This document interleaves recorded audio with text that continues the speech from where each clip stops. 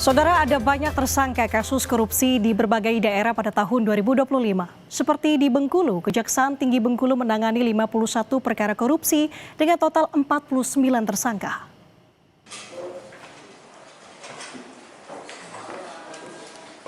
Sepanjang 2025, Kejaksaan Tinggi Bengkulu menuntaskan 51 perkara korupsi dengan menetapkan 49 tersangka. Dari penanganan kasus tersebut, kerugian negara yang diselamatkan mencapai 1,4 triliun rupiah. Sejumlah perkara menonjol diungkap diantaranya korupsi pertambangan batubara yang menyebabkan kerugian negara hingga 1,8 triliun rupiah. Selain itu, kasus pendapatan asli daerah di pusat perbelanjaan, serta korupsi perjalanan dinas sekretariat DPRD Provinsi Bengkulu juga diselesaikan.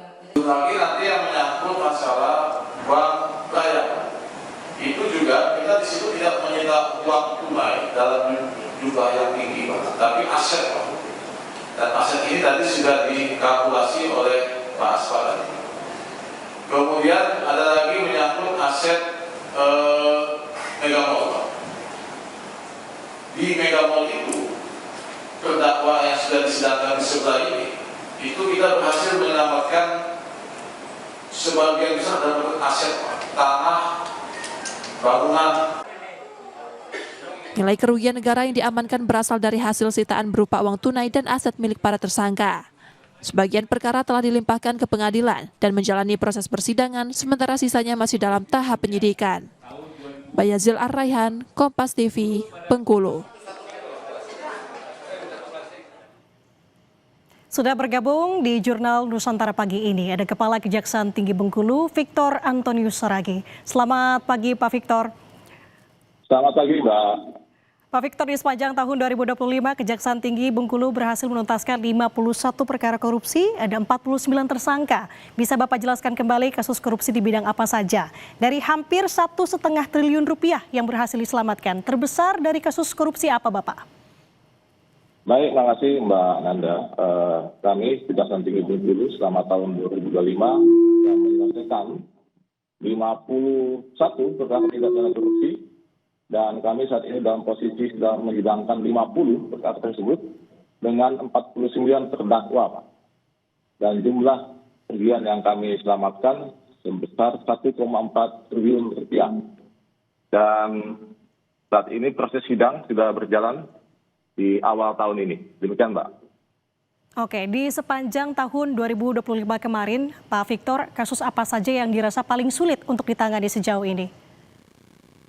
Kasus yang paling sulit dan menarik perhatian terutama di bidang tindak pidana korupsi menyangkut batubara yang saat ini sedang berjalan sidangnya dengan 12 terdakwanya, dan nilai kerugiannya juga sangat signifikan menjadi 1,6 triliun. Itu ada 2 sepitan kami, yang satu sudah lebih dulu maju, yaitu atas nama terdakwa BH dan kawan-kawan, dan nilai kerugiannya itu mencapai lebih kurang 500 miliar rupiah. Demikian, Mbak. Oke, Pak Victor, kalau kita berbicara untuk di tahun 2026 ini, apa yang menjadi target besar dari Kejati Bengkulu untuk bisa menuntaskan misi-misi di tahun 2026, Pak Victor? Baik, kami akan menangani beberapa kasus yang terutama yang menyangkut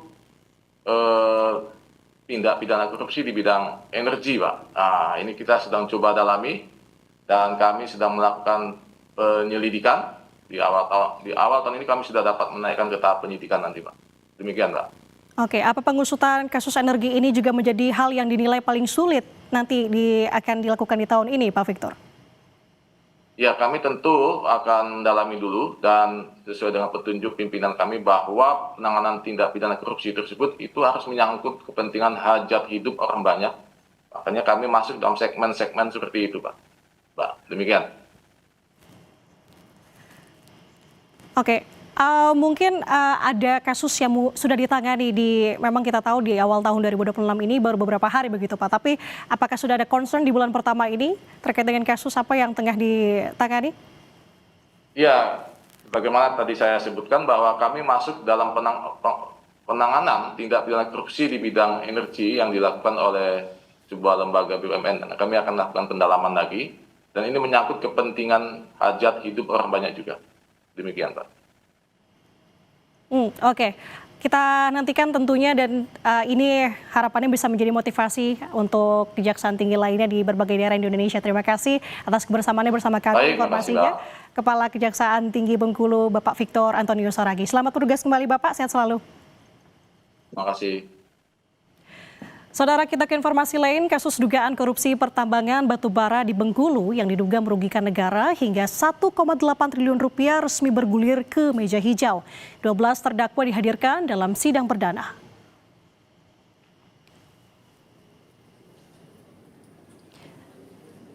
Sidang digelar di Pengadilan Tindak Pidana Korupsi Bengkulu. Persidangan dipimpin oleh Ketua Majelis Hakim Ahmad Dansyah Ademuri dengan agenda pembacaan dakwaan jaksa penuntut umum.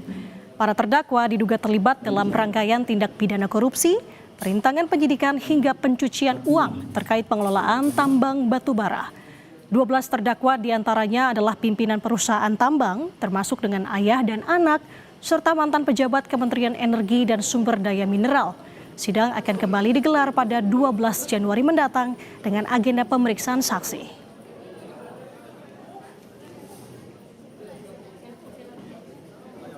Setelah kita mendengar dan mencermati seluruh dakwaan, banyak sekali kekurangan-kekurangan atau ketidaksesuaian fakta yang ada di dakwaan dengan yang sebenarnya. Dan juga ada beberapa hal lain juga seperti perhitungan kerugian negara yang cukup fantastis tadi.